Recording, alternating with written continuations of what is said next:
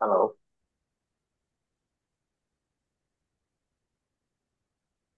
Sound শোনা যাচ্ছে না?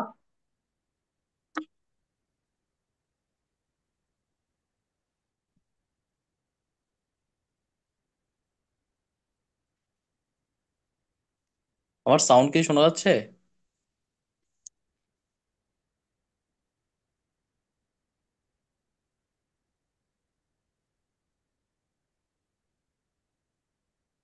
আচ্ছা, হ্যাঁ, ঠিক আছে। শুনতে পাচ্ছ বললা, ঠিক আছে, ওকে। Thank you.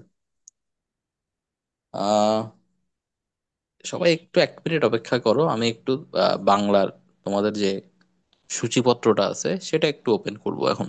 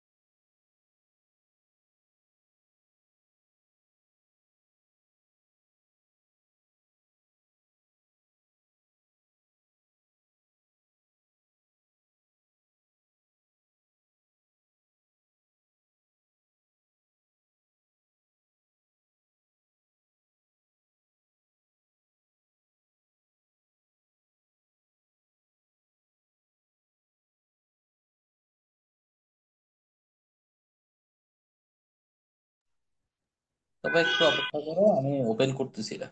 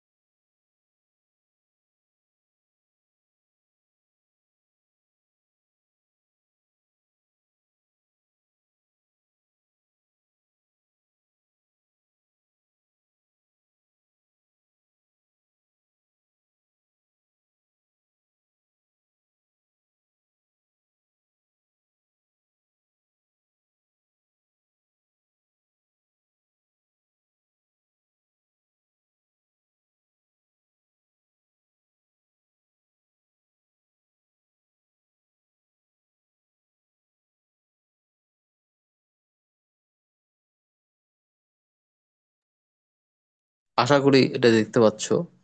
একটু অপরিষ্কার, মোটামুটি বোঝা যাওয়ার মতো। আহ ঠিক আছে। তো দেখো এখানে তোমাদের শর্ট সিলেবাসটা দেওয়া আছে।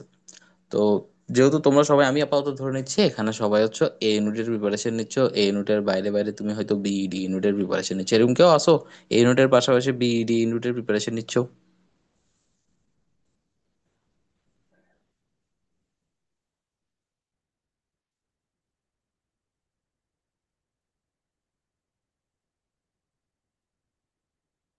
জয়েন দেওয়ার জন্য কি আইডি পাসের দরকার হচ্ছে? কেউ একজন এখানে আইডি পাস খুঁজতেছে কেন?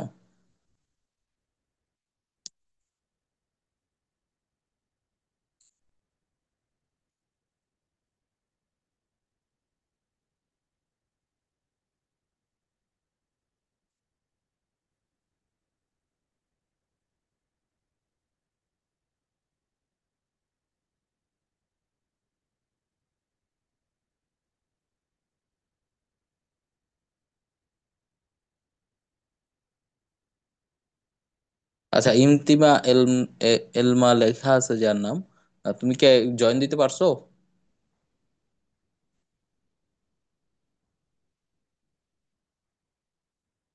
এখন আওয়াজ শোনা যাচ্ছে না? একজন লিখছো আওয়াজ শুনি না।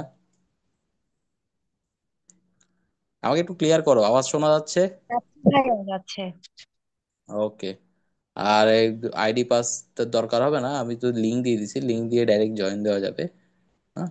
তো এখানে সবাই মোটামুটি জয়েন নিতে পারবে। আমি চ্যাটটা এই পাশে ওপেন রাখি, তোমরা কিছু বললে, তোমাদের কিছু প্রশ্ন থাকলে আনমিউট করেও বলতে পারো, অথবা এখানে চ্যাটে লিখে দিলেও আমি দেখবো। ঠিক আছে। তো শুরু করে দিই, ক্লাসটা একটু বেশি দেরি হয়ে গেছে, আমি একটু বাইরে গেছিলাম। বাইরে থেকে আস্তে আস্তে অনেক লেট হয়ে গেছে। আচ্ছা, আম, তোমরা যারা এই ইউনিটের প্রিপারেশন নিচ্ছ, আমি শুধু তাদের কথাটা প্রথমে বলি। এই ইউনিটে বাংলা নাম্বার হচ্ছে 10। তো 10 নাম্বারের জন্য আবার ইংরেজি হচ্ছে 15। তো আমাদের এমনিতে গ্রুপ সাবজেক্ট থাকে, তো গ্রুপ সাবজেক্টের পড়ার পাশাপাশি বাংলা ইংরেজি পড়াটা আমাদের অনেকের জন্য হেডেক। কিন্তু এখানে একটা স্কিপের সুযোগ হচ্ছে যে গ্রুপ সাবজেক্ট 4টা তো দাগাতে হয় না, 3টা দাগাতে হয়, তো ওইটা কনসিডার করে বাংলা ইংরেজিটা এখানে দিয়ে দেওয়া হয়। যে একটা গ্রুপ সাবজেক্ট স্কিপ করে স্টুডেন্টরা যেন বাংলা ইংরেজি দাগায়। আর এটা চট্টগ্রাম বিশ্ববিদ্যালয়ের একদম অনেক বছর আগের থেকে নিয়ম চলে আসতেছে যে সায়েন্সের ইউনিট এখন তো একটা, আগে 7-8টার মতো ছিল সায়েন্সের ইউনিট। তো সায়েন্সের যতগুলো ইউনিট হবে হোক, বাংলা ইংরেজিটা কনফার্ম থাকবেই। হ্যাঁ, বাংলা ইংরেজি অবশ্যই দাগাতে হবে। এটার কারণও আছে, যে দেখা যায় যে অনেক স্টুডেন্ট বাংলা ইংরেজিতে খুবই দুর্বল হয়। তো ক্লাসে তো আসলে ইংরেজির পারফরমেন্সটা একটু দরকার পড়ে, তো মোটামুটি ইংরেজি জানে এমন স্টুডেন্ট খুঁজে আর কি। তো সেই জন্য এই বাংলা ইংরেজিটা রাখছে। তো যাই হোক, এই ইউনিটে বাংলা দিয়ে রাখছে 10 মার্ক। তো 10 মার্কের বাংলার জন্য তোমাদের মধ্যে অনেকে একটা ভুল করে বসো। তোমরা ধরে নাও যে 10 মার্কের জন্য আমি এত কেন করব। এখানে প্রবলেম হচ্ছে মার্ক কত সেটা ফ্যাক্টর না। মার্ক 10 দিয়ে রাখছে, প্রশ্ন 10টা হবে, কিন্তু এই 10টা প্রশ্ন পুরো সিলেবাস জুড়ে হবে। তো পুরো সিলেবাস জুড়ে হবে মানে তুমি রিস্কে পড়ে গেছো। তুমি সিলেবাসের কোনো কিছু বাদ দিয়ে গেলে দেখা গেল ওইটা থেকে প্রশ্ন দিয়ে দিছে। হ্যাঁ। যেমন ধরো, তুমি হয়তো এইখান থেকে তাহারেই পরে মনে কবিতাটা বাদ দিয়ে গেলা, বা তোমার কাছে মনে হলো যে না, প্রতিদান কবিতাটা থেকে কোনো প্রশ্ন আসে না, আমি কবিতাটা পড়বো না, তোমার বেলায় দিয়ে দিছে একটা প্রশ্ন প্রতিদিন কবিতা কবিতা থেকে চলে আসছে। তো এটা রিস্ক হয়ে যেতে পারে। তো আমরা সাধারণত প্যাটার্ন ফলো করব কোনটা, যে গত 10 বছর ধরে চট্টগ্রাম বিশ্ববিদ্যালয় ইউনিটেক বাংলা প্রশ্নটা কিরকম করছে, সেই প্যাটার্নটা ফলো করব। তো সেই প্যাটার্ন ফলো করতে গেলে দেখা যায় যে তোমাদের অবশ্যই যে জিনিসটা পড়তে হবে সেটা হচ্ছে তোমাদের নাটক আর উপন্যাসের লেখক পরিচিতিটা একটু পড়তে হবে, প্লাস নাটক উপন্যাসের চরিত্রগুলা এবং তাদের সম্পর্ক, ডায়লগ, কিছু কিছু ডায়লগ মনে রাখতে হবে। সোজা ভাষায় উপন্যাসটা সংক্ষেপে মনে রাখতে হবে। আহ, নাটকের চরিত্রগুলোকে মনে রাখতে হবে, তাদের গুরুত্বপূর্ণ কিছু সংলাপ আছে সেগুলো মনে রাখতে হবে। আমি তোমাদের দুইটা শীট দিছি, বাংলার উপন্যাস নিয়ে আর নাটক নিয়ে। ওখানে মোটামুটি যা ইম্পর্টেন্ট সেগুলো দেওয়া আছে, অর্থাৎ ওইগুলা পড়লেই ঘুরে ফিরে ওখান থেকেই পেয়ে যাবে। তবে সবচেয়ে বেশি যেটা ইম্পর্টেন্ট সেটা হচ্ছে বাংলা উপন্যাসের যে লেখক দুজন আছে তাদের পরিচয়টা অবশ্যই পড়বা, তাদের সাহিত্য কর্মগুলো অবশ্যই পড়বা। ঠিক আছে। ওটা আমাদের লাগবেই লাগবে। এখন আসি এখানে গদ্য পদ্যের মধ্যে। গদ্য পদ্যের মধ্যে আমার সব এই ইউনিটের জন্য মোটামুটি সব ইম্পর্টেন্ট না বলা যায়, যে না তা আমি কিছু জিনিস বাদ দিতে পারি। যেমন তুমি চাইলেই মানব কল্যাণ এই জিনিসটা বাদ দিতে পারো, এখান থেকে প্রশ্ন আসে নাই, ঠিক আছে। কিন্তু আবুল ফজল সম্পর্কে একটু পড়ে যেও, কোনো লেখককে বাদ দেওয়া যাবে না। আমি গদ্যটা বাদ দিতে পারি, যে মানব কল্যাণ গদ্যটা আমি পড়লাম না, এটা থেকে কোনো প্রশ্ন আসে না, এই ইউনিটে আসে না, তাহলে আমি আবুল ফজল সম্পর্কে পড়ে যাব, কিন্তু মানব কল্যাণ গদ্যটা আমি স্কিপ করলাম, ঠিক আছে। একইভাবে আমি ফেব্রুয়ারি 1969 কবিতাটা বাদ দিতে পারি, কিন্তু শামসুর রহমানকে আমি বাদ দিতে পারি না। শামসুর রহমান থেকে প্রতি বছর প্রায় মানে এই ইউনিটে একটা দুইটা প্রশ্ন চলে আসছে, মানে শামসুর রহমান সম্পর্কে আমার পড়তে হবে, তার কাব্যগ্রন্থগুলো জানতে হবে, তার যতগুলো লেখা আছে সেগুলো মানে সাহিত্যকর্মগুলো আমার জানতে হবে। তারপর এই জিনিসটা 52 দিনগুলো এটা পুরোটাই বাদ, এটা থেকে এবছর কোনো প্রশ্ন হবে না। একইভাবে আমি প্রতিদান কবিতাটা যদি দেখি, কবিতাটা আমি বাদ দিতে পারি, কিন্তু জসিমউদ্দিন আমি বাদ দিতে পারি না, জসিমউদ্দিন সম্পর্কে আমার জানতে হবে। তো মোস্ট ইম্পর্টেন্ট যেগুলো আমাকে অবশ্যই পড়তে হবে, দেখো এখানে যে প্রথম চারটা আছে পাশাপাশি, একটা হচ্ছে অপরিচিতা রবীন্দ্রনাথ ঠাকুর, একটা হচ্ছে সোনার তরী রবীন্দ্রনাথ ঠাকুর, গদ্য পদ্যটাও পড়তে হবে, লেখককেও জানতে হবে। এরপর আসো বিদ্রোহী কাজী নজরুল ইসলাম, কবিতাটাও ইম্পর্টেন্ট, লেখকও ইম্পর্টেন্ট। একইভাবে আমার পথ, আমার পথের মধ্যে তুমি গদ্যটা বাদ দিতে পারো, আমার পথ গদ্য থেকে এই ইউনিটে প্রশ্ন কম আসে। তো আমি লেখক সম্পর্কে জানলে মানে কাজী নজরুল ইসলাম সম্পর্কে জানলেই হবে। আবার সেদিক থেকে বিলাসী শরৎচন্দ্র চট্টোপাধ্যায়, এটা সবকিছু ইম্পর্টেন্ট, একদম A to Z ইম্পর্টেন্ট বিলাসীর। তারপর আসো তাহারেই পরে মনে কবিতায়, এখানে সুফিয়া কামাল তেমন একটা ইম্পর্টেন্ট না, তাকে নিয়ে প্রশ্ন আসে না, কিন্তু কবিতাটা থেকে প্রচুর প্রশ্ন আসে।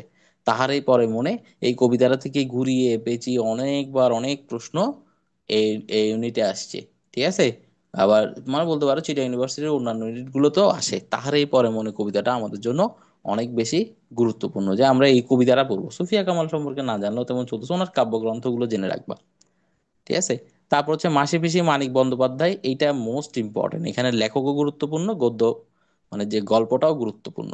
তারপর 18 বছর বয়স, এটা তো মাস্ট পড়বা, কিছু না পড়লে এটা পড়বা, এটা থেকে প্রশ্ন আসবেই। তুমি ধরে নাও এই বছরও তুমি 18 বছর বয়স থেকে একটা প্রশ্ন পাইছো, সুকান্ত ভট্টাচার্য থেকে একটা প্রশ্ন, 10টা প্রশ্নের একটা প্রশ্ন এখান থেকে হবে, ঠিক আছে। ফেব্রুয়ারি 1969 আমি বলছি যে কবিতাটা বাদ দেওয়া যায়, কিন্তু শামসুর রহমান সম্পর্কে পড়তে হবে। রেইনকোট আখতারুজ্জামান ইলিয়াস, এখানে আখতারুজ্জামান ইলিয়াসের গল্পের বইগুলো শুধু জানলে হবে, বাকি ওনার সম্পর্কে তেমন কিছু লাগবে না, মানে আখতারুজ্জামান ইলিয়াসের যে গ্রন্থগুলো আছে সেগুলো সম্পর্কে আমরা একটু জানবো। রেইনকোট গল্পটা অবশ্যই অবশ্যই জানতে হবে। আমি কিংবদন্তির কথা বলছি, এখানে তুমি ইয়াটা বাদ দিতে পারো, কবিতাটা তেমন ইম্পর্টেন্ট না, কিন্তু আবু জাফর ওবায়দুল্লাহ ওনার সম্পর্কে অবশ্যই অবশ্যই জানতে হবে। এবার আছে এগুলো তোমাদের শর্ট সিলেবাস, শর্ট সিলেবাসের ভিতরে মোস্ট ইম্পর্টেন্ট।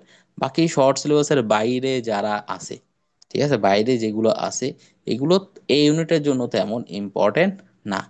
কিন্তু এই যে দুজন লেখক আছে এখানে, একজন হচ্ছে কি আমাদের বঙ্কিমচন্দ্র চট্টোপাধ্যায়, আরেকজন হচ্ছে মাইকেল মধুসূদন দত্ত, এদের সম্পর্কে তোমার অবশ্যই অবশ্যই জানতে হবে।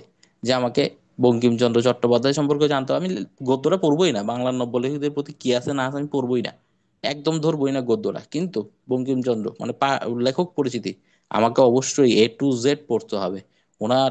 কারণ হচ্ছে উনি হচ্ছে গদ্যের জনক, বা বাংলা গদ্য সাহিত্যের জনকই হচ্ছে উনি, বাংলা উপন্যাসের জনক উনি, তো বঙ্কিমচন্দ্র চট্টোপাধ্যায়। তো ওনার প্রথম উপন্যাস সম্পর্কে আমার জানতে হবে, যে উনি প্রথম কোন উপন্যাসটা লিখছিল, ওটাই বাংলার সাহিত্যের সার্থক উপন্যাস বলা হয়, প্রথম উপন্যাস। তো এই জিনিসগুলো আমার একটু জানতে হবে, যে বঙ্কিমচন্দ্র চট্টোপাধ্যায় কে ছিল, উনি কি লিখছে না লিখছে, এগুলো একটু আমার জানতে হবে। একইভাবে মাইকেল মধুসূদন দত্ত আর বিভীষণের প্রতি মেঘনাদ কবিতাটা ইম্পর্টেন্ট, বিভীষণের প্রতি মেঘনাদ কবিতাটা একটু মানে ইম্পর্টেন্ট বলতে কি, এটা থেকে তেমন কিছু আসবে না, পরিচয় জানতে চাইবে, যে মেঘনাথকে, লক্ষণকে, এরকম পরিচয়গুলো একটু জানতে চাইবে, পরিচয়টা একটু জানলেই হবে। আর এটা হচ্ছে মাইকেল মধুসূদন দত্ত, ওনাকে অবশ্যই অবশ্যই চিনতে হবে। বিশেষ করে ওনার দুটো বই আছে, একটা হচ্ছে বুড়ো শালিকের ঘাড়েরও, আর একটা হচ্ছে একেই কি বলে সভ্যতা, এগুলোকে বলে প্রহসন, এগুলো সম্পর্কে একটু জানতে হবে, ঠিক আছে। তার দ্বিতীয় কথা হচ্ছে উনি সনেটের, বাংলা সনেটের জনক আর কি, ঠিক আছে, বাংলার প্রথম সনেট উনিই লেখেন। এরপর হচ্ছে বেগম রোকেয়ার গৃহ না পড়লেও চলবে, গৃহ পড়ার দরকার নাই, কিন্তু বেগম রোকেয়াকে জানতে হবে, বেগম রোকেয়া থেকে একটা প্রশ্ন আসতে পারে। হ্যাঁ, বেগম রোকেয়া চট্টগ্রাম বিশ্ববিদ্যালয়ের হট টপিক, মানে ওনার থেকে প্রশ্ন আসেই আসে। বি ইউনিট দাও, ডি ইউনিট দাও, বেগম রোকেয়াকে নিয়ে একটা প্রশ্ন পাবেই, কিন্তু গৃহ নিয়ে কোনো প্রশ্ন পাবে না। একইভাবে জীবনানন্দ দাশ ইম্পর্টেন্ট, সুচেতনা ইম্পর্টেন্ট না, কবিতাটা না পড়লেও চলবে, কবিতাটা বাদ দিতে পারো, কিন্তু জীবনানন্দ দাশ সম্পর্কে তোমার জানতে হবে। একইভাবে এখানে পদ্মাটাও বাদ দিতে পারো, কিন্তু ফররুক আহমদ সম্পর্কে একটু জানতে হবে না। ফররুক আহমেদ তেমন প্রশ্ন আসে না, তবে সেটা সম্ভবত এই কারণে যে গত শর্ট সিলেবাসে পড়ে যাচ্ছে বারবার উনি, সেই জন্য মানে শর্ট সিলেবাস থেকে প্রশ্ন করার প্রবণতা একটু কম। একইভাবে এখানে আহ্বান গল্পটা জানবা, যদি তুমি বিড ইউনিটে পরীক্ষা দাও, এই ইউনিটের জন্য বাদ দিতে পারো। বিভূতিভূষণ বন্দ্যোপাধ্যায় সম্পর্কে অবশ্যই জানতে হবে, এটা বাদ। মহাজাগতিক কিউরেটর মোহাম্মদ জাফর ইকবাল, এটা পুরোটাই বাদ, এখান থেকে এবছর কোনো প্রশ্ন আসবে না। নেকলেস, এইটার সব কিছু জানতে হবে। এইখানে দুইজন লেখক, একজন গীতা মূল লেখক আর কি, মানে গীতা মোপাসা, আরেকজন হচ্ছে অনুবাদক পূর্ণেন্দু দস্তিদার। এই দুইজন সম্পর্কে জানতে হবে। পূর্ণেন্দু দস্তিদার থেকে এই ইউনিটে কোনো প্রশ্ন আসবে না। তো এই ইউনিট হলে তুমি বাদ দিতে পারো যে না, আমি এই ইউনিটে পূর্ণাঙ্গ দস্তিদার সম্পর্কে পড়বো না, কিন্তু গীতা মুফাসা সম্পর্কে পড়তে হবে। উনি বিশেষ করে কোন দেশের লেখক এটা তোমার অবশ্যই জানা থাকতে হবে, যে মোপাসা কোন দেশের লেখক। আর নেকলেস গল্পটা সম্পর্কে একটু আইডিয়া তোমার থাকতে হবে। ঠিক আছে, যদি তুমি বি ইউনিটে পরীক্ষা দাও তাহলে তো অবশ্যই পড়বা। ডি ইউনিট, এ ইউনিট এগুলোর জন্য নেকলেস গল্পটা মোটামুটি জানা থাকলে চলবে, একেবারে বাদ দেওয়া যাচ্ছে না। আর লাস্টের টপিকটা বাদ দিতে পারো, ছবি আবু হেনা মোস্তফা কামাল পুরোই বাদ দিতে পারো ওনাদেরকে। ঠিক আছে, নুরুল দিনের কথা মনে পড়ে যায়, সৈয়দ শামসুল হক, সৈয়দ শামসুল হক সম্পর্কে তেমন প্রশ্ন আসে না, তবুও একটু জেনে নিও। আর নুরুল দিনের কথা মনে পড়ে যায়, এই এই টপিকটা বাদ দিতে পারি, এই দুইটা কবিতাকে এই ইউনিটের জন্য আমরা বাদ দিতে পারি। একইভাবে পদ্মাকেও বাদ দিতে পারি, ফররুক আহমদকেও বাদ দিতে পারি। মোট কথা হচ্ছে এই তিনটা টপিক আমরা এই ইউনিটের জন্য বাদ দিতে পারি। বাকি যা বলছি এগুলো অবশ্যই তোমাকে পড়তে হবে। তো এতটুকু ক্লিয়ার বুঝছি আমরা। বাংলা নিয়ে কোনো প্রশ্ন থাকলে একটু বলো। আর একটা জিনিস একটু বলে রাখি, বাংলা প্রথম পত্র বাংলা দ্বিতীয় পত্র দুটোই সমান গুরুত্বপূর্ণ। হ্যাঁ, পরীক্ষায় যেটা হয়, বাংলা প্রথম পত্র থেকে 5টা, 6টা, 7টা প্রশ্ন হইতে পারে। আমি আবার বলতেছি, বাংলা প্রথম পত্র থেকে 5টা হতে পারে, 6টা হতে পারে, 7টা হতে পারে। তাহলে বাকি সব যা হবে বাংলা দ্বিতীয় পত্র থেকে হবে। এখন 7টা প্রশ্ন বাংলা প্রথম পত্র হলে 3টা বাংলা দ্বিতীয় পত্র, 5টা প্রশ্ন বাংলা প্রথম পত্র হলে 5টা বাংলা দ্বিতীয় পত্র। বাংলা দ্বিতীয় পত্রের টপিক যদি আমি বলি, আমি একটু এটা ওপেন করি বাংলা দ্বিতীয় পত্রের টপিকটা।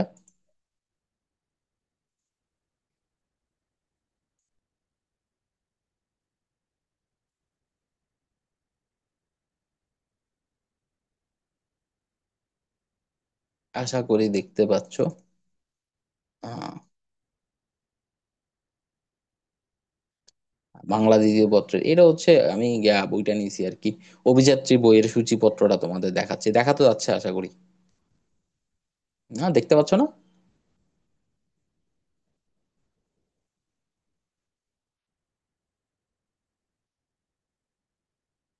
একজন লিখছো ডি দিব, হ্যাঁ ঠিক আছে, ডি তে প্রিপারেশন নিলে তোমাকে সবই ডিটেলস পড়তে হবে, বাংলাটা একদম ইন ডিটেলস পড়তে হবে।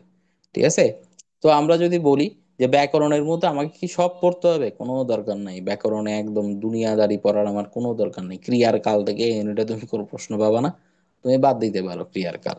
ঠিক আছে, একটা বাক্য দিয়ে যদি জিজ্ঞেস করো এটা কোন কাল হবে, এটা তুমি এমনিই বলতে পারবা কমন সেন্স দিয়ে, তো ওটা তুমি বাদ দিতে পারো। ক্রিয়ার ভাব ও পুরুষ এটা টপিক তো পুরোপুরি বাদ। কিন্তু তুমি যেটা পড়বা সেটা হচ্ছে কারক ও বিভক্তি, বাক্য প্রকরণ। এখানে দেখাচ্ছি আমি, এই যে 26, 27 টপিকটা আমরা দেখাচ্ছি, যে আমি কারক ও বিভক্তি পড়বো, তোমাদের শিটে দেওয়া আছে। আমি বাক্য প্রকরণ পড়বো। বাক্য প্রকরণ মানে কোন একটা বাক্য যদি কোনো জটিল কিনা, যৌগিক কিনা, এগুলো চিনতে পারা। হ্যাঁ, প্রশ্ন হচ্ছে স্যার কোন ব্যক্তি কি উক্তি করেন, এগুলো কোন জায়গা থেকে পড়বো, কোন ব্যক্তি কি উক্তি করেন, এটা তো এই ইউনিটের জন্য ইম্পর্টেন্টই না, এটা আসবেই না এই ইউনিটে। হ্যাঁ, ডি ডি ইউনিট হলে তো তুমি তোমার মেন বইটাই পড়বে, আর কিছু পড়বা না। ঠিক আছে, বিইডি ইউনিট হলে তুমি তোমার মেন বই থেকে টপিক গুলো পড়বা, কোন ব্যক্তি কি উক্তি করেন ওখানে দেওয়া আছে। আর এই ইউনিটে এইসব প্রশ্ন আসেই না, যে কোন ব্যক্তি কি উক্তি করেন, একমাত্র নাটক থেকে প্রশ্ন আসে। নাটকের বেলায় একটা সংলাপ দিয়ে জিজ্ঞেস করে এই সংলাপটা কে বলেছেন। তো সেই ক্ষেত্রে তুমি একটা প্রশ্নের জন্য নাটক পড়তে মন চাইলে পড়ো, আর নাহলে বাদ দাও। যে আমার 10টা প্রশ্ন আসবে, 10টা প্রশ্নের মধ্যে আমাকে মিনিমাম 3 পেতে হবে, কিন্তু আমার মাথায় এটা চিন্তা করতে হবে যে বাংলার 10 মার্কের জন্য কোনো ফিজিক্সের 25 মার্কে ধরা খেয়ে যাচ্ছি কিনা। ঠিক আছে, আমি বাংলার 10 মার্কের জন্য প্রিপারেশন এমন ভাবে নিব যেন আমি 7-8 পাই। আমার টার্গেট হবে কি, বাংলায় 7-8 পাওয়া, বাংলায় 10-এ 10 কেউ পাবে না। যে প্রথম হবে ইউনিটে যে 1 হবে ও বাংলায় 10-এ 10 পাবে না।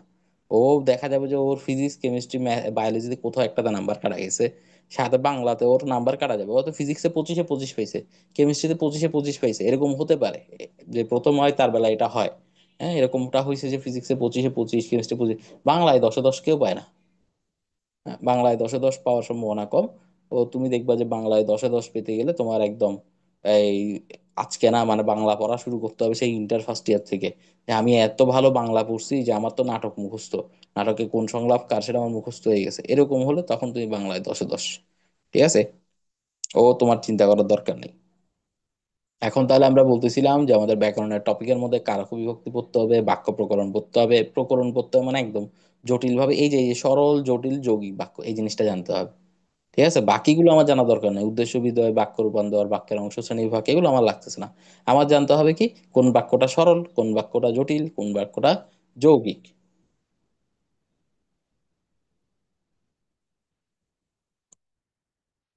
ঠিক আছে। কি রে, মেসেজ দিচ্ছে, জানে না আজকে ক্লাস চলতেছে?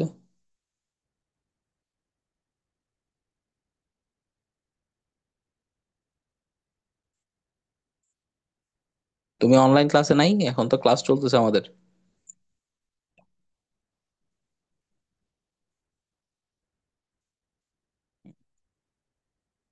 আচ্ছা, বাক্যের বর্গ আমার লাগবে না, বাচ্য আমার দরকার নাই, যতিচিহ্ন দরকার নাই, উক্তি দরকার নাই, বাগর্থ শ্রেণী এগুলো দরকার নাই। তাহলে দেখো এখানে অনেকগুলো টপিকের মধ্যে আমি শুধু দুটো টপিক সিলেক্ট করছি।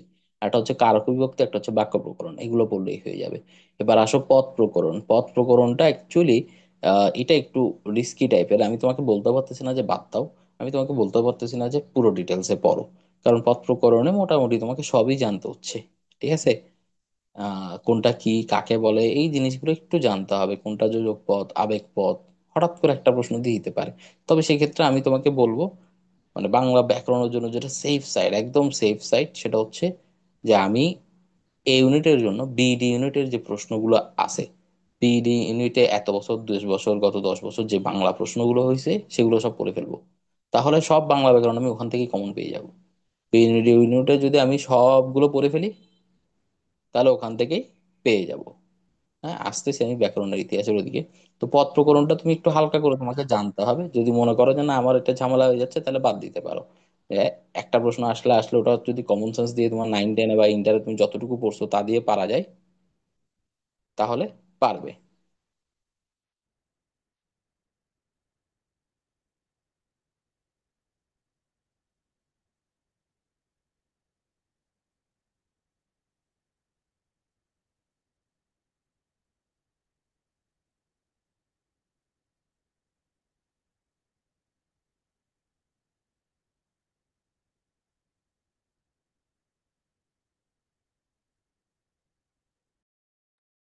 সাউন্ড শুনতে পাচ্ছ এখন?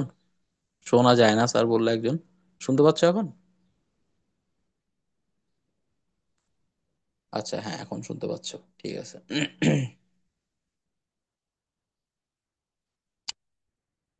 তাহলে যেটা বলছিলাম, পদ প্রকরণটা আমি বাদ দিলে বাদ দিতেও পারি, শব্দ পদের গঠন দরকার নাই।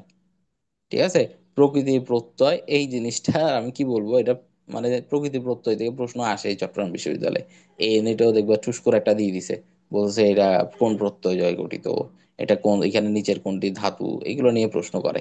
তো এই যে এখানে দেখো একদম 16 থেকে 21 পর্যন্ত এই টপিক গুলো সব ইম্পর্টেন্ট, বচন, নির্দেশক, উপসর্গ, সমাস, ধাতু, প্রকৃতি প্রত্যয়, এখানে বাদ দেওয়ার কিচ্ছু নেই, এখানে সবই পড়তে হবে। ঠিক আছে, এমনকি যে শব্দ দ্বিত্ব আছে, মানে তোমাদের কিছু শব্দ থাকে না, রাশি রাশি, ভাড়া ভাড়া, এরকম যে দুইবার দুইবার করে শব্দ কতগুলো বলে, এগুলো কোনটা দিয়ে কি বোঝাচ্ছে। হ্যাঁ, আমি যদি ছি ছি দুইবার বলি তাহলে এটা দিয়ে কি বুঝালো, আর আমি বললাম কি রাশি রাশি, তা রাশি রাশি দুইবার বলার দিয়ে কি বুঝালো। এগুলো টপিকগুলো শব্দ দ্বিত্বের মধ্যে আসে।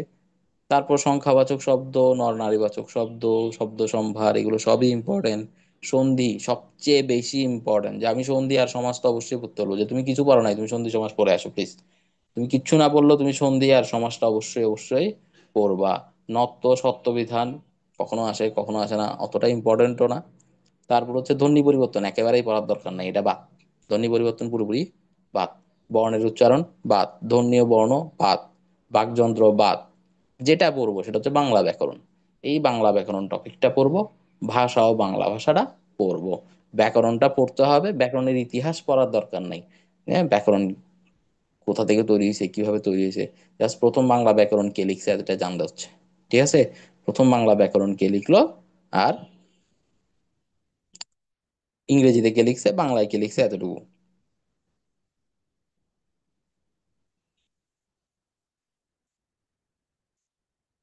ঠিক আছে। তাহলে এখন বলতে পারো যে এখানে তো পড়া অনেক বেশি হয়ে যাচ্ছে, ব্যাকরণ পড়া তো আপনি অনেকগুলো বলে ফেলছেন, তো আমি তোমাদের একটা শিট দিছি না? আমি তোমাদের বাংলার দুটো শিট দিয়ে রাখছি। হ্যাঁ, আমি যদি বাংলা শিটগুলো ওপেন করি, যেমন ধরো এই শিটটা, রানিং আউট অফ টাইম, মানে কি আমি বেশি সময় নিয়ে ফেলছি? 10টা 37 না, আরো 10 মিনিট আছে, চলো চলবে। ওকে, এই যে বাংলা শিটটা এখানে, তো এটা তো বাংলা ফার্স্ট পেপারের শিট। আমি আরেকটা শিট ওপেন করি বাংলা সেকেন্ড পেপারের, তোমাদের বাংলা সেকেন্ড পেপারের শিট। হ্যাঁ, এই শিটটা দেখো, এখানে আমি কি করছি, এখানে উপরে টপিকের নাম দিতে ভুলে গেছি, এটা ধাতু থেকে দেওয়া আছে, মানে থেকে কি বলে টপিকের নাম, আমি যেটা দেখলাম প্রকৃতি ও প্রত্যয় আর কি। ঠিক আছে, ওখান থেকে দেওয়া যে কোনটি নাম ধাতুর উদাহরণ, ক্রিয়াপদের মূল অংশকে কি বলা হয়, ক্রিয়ার মূলকে কি বলে। এই যে শিটে এখানে যে টপিকগুলো দেওয়া আছে, যে প্রশ্নগুলো দেওয়া আছে, সেই প্রশ্নগুলো সব করে ফেলবা, তাইলে এনাফ। ঠিক আছে, এই শিটটাতে পেজ কত? 22 পেজ। যে তোমাকে আমি 22 পেজের একটা বাংলা সেকেন্ড পেপার শিট দিছি, আরো একটা দিছি বাংলা সেকেন্ড পেপার শিট। এই শিটে যে প্রশ্নগুলো আছে, এগুলো হচ্ছে সিলেক্টেড প্রশ্ন। আসলে কি আসতে পারে, এখান থেকে আসতে পারে। যেমন এখানে বলো নিচের কোনটি কৃত প্রত্যয়, তুমি কৃত প্রত্যয় হয়তো বুঝো না, তুমি এই প্রশ্নটাই পড়ে যাবা। কৃত প্রত্যয় মানে পড়ুয়া। একটু করে ছোট করে যদি বলি, কৃত প্রত্যয় মানে কাজের, কোন শব্দটা দিয়ে কাজ বোঝাচ্ছে সেটা দেখো। ঠিক আছে, যে পড়ুয়া মানে যে পড়ে। হুম, তো ওটা তুমি বলতে পারো। ঠিক আছে, ঘরোয়া, বাড়িওয়ালা, রিক্সাওয়ালা, রিক্সাওয়ালা মানে যে রিক্সা চালাইছে না, যে রিক্সার মালিক, তাকেও রিক্সাওয়ালা বলা যায়। ঠিক আছে, ঘরোয়া মানে ঘরের ব্যাপার, বাড়িওয়ালা মানে যে বাড়ির মালিক। তো এর মধ্যে একমাত্র মিলতেছে কোনটা, পড়ুয়া, যে পড়ে তাকেই পড়ুয়া বলে। ঠিক আছে, তো এই জন্য এটা কৃত প্রত্যয় বলা যায়। তো যাই হোক, তুমি হয়তো বুঝলা না, আমি এক মুহূর্তে বাংলা ব্যাকরণ বুঝে পড়ার সময় নাই। তাহলে তুমি জাস্ট এখানে যেরকম দেওয়া আছে সেরকম পড়ে ফেলো, কোনটা কাকে কি বলে সেটা চিনে ফেলো। এই প্রশ্নগুলো যদি আসেও, টপ অপশন চেঞ্জ হবে না। ঠিক আছে, যেমন আছে তেমন চলে আসবে। দেখো এগুলো সবই কিন্তু চট্টগ্রাম বিশ্ববিদ্যালয়ের বিগত বছরের প্রশ্ন। প্রত্যয়ের গাছ কি, এটা চট্টগ্রাম বিশ্ববিদ্যালয়ে অলরেডি আসছে। প্রত্যয়ের উদ্দেশ্য কি, চট্টগ্রাম বিশ্ববিদ্যালয়ে অলরেডি আসছে, বেশিরভাগ বি ইউনিটে আসছে। হ্যাঁ, প্রকৃতি প্রত্যয় বি ইউনিটের একটা টপিক। তারপরে একইভাবে ডি ওয়ান ইউনিটে আসছে। ঠিক আছে, আবার যদি এখানে দেখি একই ধরনের প্রত্যয়ের উদাহরণ কোনটি, তদ্ধিত প্রত্যয়ের উদাহরণ। তো এইখানে যে প্রশ্নগুলো আছে সেটা একটু পড়বা। এরপরে এই যে এখানে পদগুলো সম্পর্কে দেওয়া আছে, হ্যাঁ, পদের প্রশ্নগুলো যেগুলো ইম্পর্টেন্ট মনে হচ্ছে, যেমন ধরো রাশি রাশি ভাড়া ভাড়া, কোন পদের দৃষ্টান্ত। তো এটা সাধারণত ওই আমরা যে একটু আগে পড়ে আসছিলাম দ্বিপদী, মানে দুইবার উচ্চারণ হয় এরকম, সেরকম পদ। কিন্তু সেটাতে কোন, মানে পদ হিসেবে তার নাম কি হবে, সেটা হবে নির্ধারক বিশেষণ। ঠিক আছে, তো এই জিনিসগুলো এটা রাজশাহী বিশ্ববিদ্যালয়ে আসছে। তো রাবির কিছু কিছু প্রশ্ন, সব না, রাবির কিছু কিছু প্রশ্ন ইম্পর্টেন্ট, সেগুলো আমি এখানে দিয়ে রাখছি। যেই প্রশ্নটা চট্টগ্রাম বিশ্ববিদ্যালয়ের টাইপের সাথে মিলে, স্টাইলের সাথে মিলে, আমি সেই প্রশ্নগুলোই জাস্ট এখানে দিয়ে রাখছি।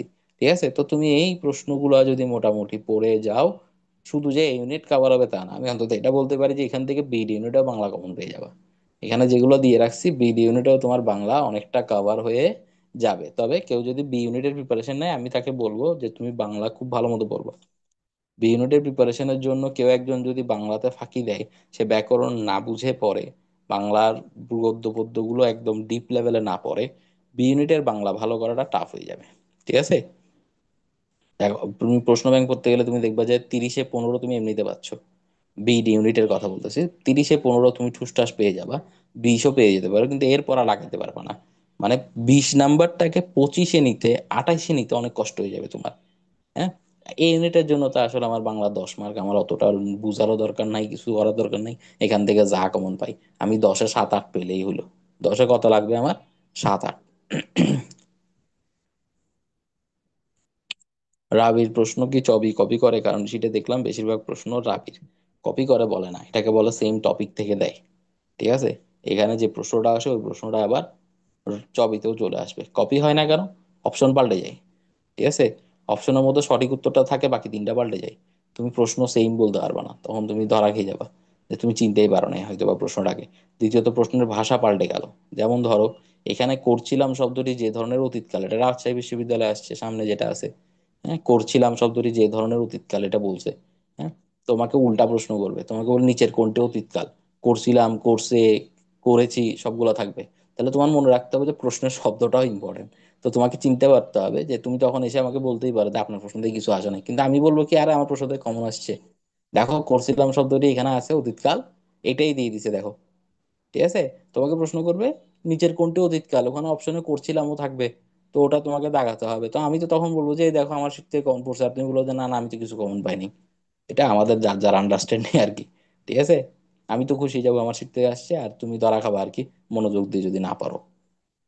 তুমি যদি চিন্তা করো যে আমি তো শুধু আনসার পড়ছি ক, উত্তরও দেখি নাই, উত্তর গ মুখস্থ করে চলে গেছি, তাহলে এরকম হয়ে যাবে। ঠিক আছে, তো তুমি যখন পড়বা তুমি ওইভাবে পড়বা যে করছিলাম শব্দটি ঘটমান অতীতকাল, এটা মাথায় রাখবা যে করছিলাম শব্দটি ঘটমান অতীতকাল, তাহলে আসে যদি এরকম যে নিচের কোনটি ঘটনা অতীত, তো করছিলাম যদি ঘটনা ঘটমান অতীতকাল হয় তাহলে গেছিলামও ঘটনা অতীতকাল। ঠিক আছে, গিয়েছিলাম, গেছিলাম বলতেছি, গিয়েছিলাম শব্দটাও ঘটমান অতীতকাল এইরকম হবে। হ্যাঁ, একটু এইরকম কমন সেন্স খাটাবে আর কি। ঠিক আছে, হুবহু হয়তো কমন পাবে না, আবার অনেক সময় হুবহু দিয়েও দেয়। ঠিক আছে, তো রাজশাহী বিশ্ববিদ্যালয়ের প্রশ্ন দেওয়ার কারণ হচ্ছে প্যাটার্ন সেম, ওরা সেম প্যাটার্নের প্রশ্ন করে। তো এটাই হচ্ছে আমাদের বাংলা প্রিপারেশন। বাংলা প্রিপারেশন নিয়ে আর কোনো প্রশ্ন আছে কিনা বলো। বাংলার ক্ষেত্রে আমার কথা হচ্ছে 10-7-8 টার্গেট করে যাও। বাংলা নিয়ে তোমার খুব বেশি প্রবলেম হলে তুমি আমাদের শিটগুলো পড়বা শুধু, আর কিছু পড়ার দরকার নাই। যে আমি তোমাকে যে শিটগুলো দিছি ওগুলাই মন দিয়ে পড়ো। ইভেন আমি নাটক উপন্যাসের যে সংক্ষেপের নোটগুলো দিছি ওগুলাই পড়ো, এর বাইরে তো আর দরকার নাই। ঠিক আছে, ওগুলাই দেখে চলে যাও। আর বাংলা নিয়ে কোনো প্রশ্ন আছে? না না, ঘটমান না, ঘটমান না, ঘটে গেছে এরকম। গিয়েছিলাম হচ্ছে পুরা ঘটিত অতীত যেটা বলে। এটা আমি জাস্ট উদাহরণের জন্য এমনি মুখে বলে ফেলছি আর কি। ঠিক বলছো তুমি, তুমি বাংলা ভালো পড়ছো।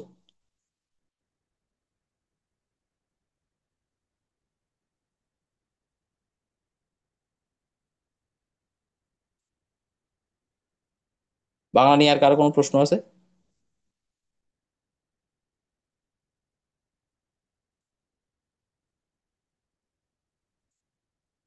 আচ্ছা, আমি ধরে নিচ্ছি কারো কোনো প্রশ্ন নাই বাংলা নিয়ে।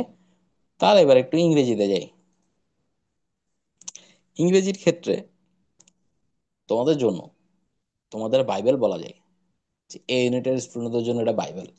এটা হচ্ছে টোয়েফেল লিভস, যে এটা পড়তেই হবে। কেউ যদি কিছু না পড়ে ইংরেজিতে, সে টোয়েফেল লিভস এর রুলস গুলো পড়ে গেছে, সে রুলস বুঝে আনসার করতে পারবে। 15-তে 12, 10-12 পাওয়া কোনো ব্যাপারই না তোমার জন্য। তুমি টোয়েফেল টিপস খুব ভালো মতো পড়ছো, তুমি অবশ্যই পারবা। ঠিক আছে, আমার কাছে টোয়েফেল টিপস আছে, আমি একটু ওপেন করি।